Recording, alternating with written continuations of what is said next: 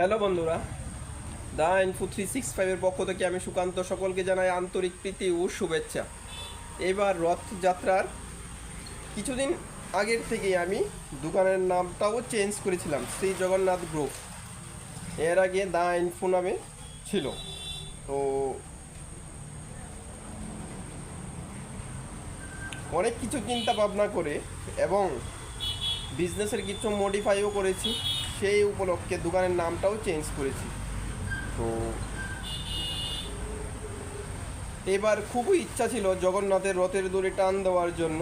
যেদিন রথ হয়েছিল সেদিন 3-4টা জায়গার মধ্যেই ইনভাইট ছিল, কিন্তু একটা জায়গায় এরকম ছিল যে ওখানে যেতেই হয়। তো কারণ যেহেতু দোকানের কাস্টমাররা আসে এবং অনেক লোকের সাথে এখন পরিচিত হয়েছে, তো সবগুলিকে অ্যাভয়েড করতে পারি না, তাই কিছু কিছু অনুষ্ঠানের মধ্যে যেতেই হয়। তো এরকমই একটা ছিল, সেখানে গেলাম। যাওয়ার পর আর রথের দড়ি টান দেওয়া হয়নি। আসল কথা হলো, ঈশ্বরের যদি কৃপা থাকে সব কিছুই সম্ভব। আজ 15 জুলাই জগন্নাথের রথ ফিরে আসছিল, আর এই টাইমেই আমি অফিস থেকে বাড়িতে এসেছিলাম। তো বলেছিলাম না, ঈশ্বরের কৃপা থাকলে সব কিছু সম্ভব হয়।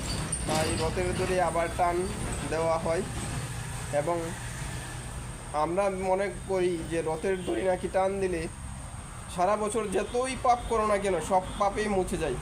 এখন দেখার বিষয় হলো কী কী পাপ মুছেছে না কী কী পাপ রয়েছে, এটা তো আর আমি বলতে পারছি না। দেখি সামনের দিন কি হয়। আপনারা এনজয় করুন এবং জগন্নাথের রথটা দেখুন। Thank you. হয়তো কোনো স্কুলের স্টুডেন্টরা বা বিভিন্ন ধরনের স্কুল, সব ধরনের স্কুলকেই ইনভাইট করা হয় ইসকনের পক্ষ থেকে। স্টুডেন্টরা খুব এনজয় করছে রথযাত্রা নিয়ে। আমি সাউন্ডটা কেটে দিয়েছি কারণ আপনার ক্লিয়ার কথাবার্তা নাও শুনতে পারেন, সেই জন্য আমি সাউন্ডটা কেটে দিয়েছি।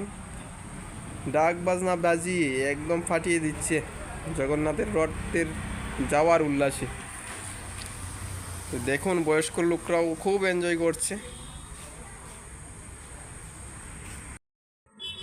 সব দর্শকদের বলছি, যদি আপনাদের মনের কিছু আশা পাওয়া থাকে তাহলে বলবেন অবশ্যই ভগবানের কাছে। আমিও রথের দড়ি টান দিলাম এবং নমস্কার করে আসলাম। তারপর ঈশ্বরের কৃপায় একটা দুটো পেলাম।